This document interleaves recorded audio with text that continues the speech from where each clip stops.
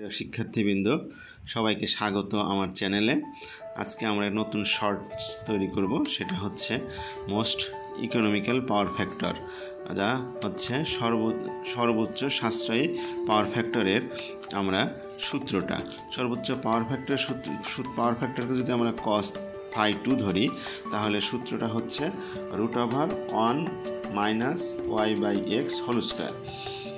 এই সূত্রের এক্সতে হচ্ছে প্রতি কেভি এর সর্বোচ্চ চাহিদার চার্জ, এটা টাকাতে, আর ওয়াই হচ্ছে পাওয়ার ফ্যাক্টর উন্নয়নে প্রতি কেভিএ আর এর উপর বার্ষিক চার্জ, এইটা হচ্ছে ওয়াই বোঝায়।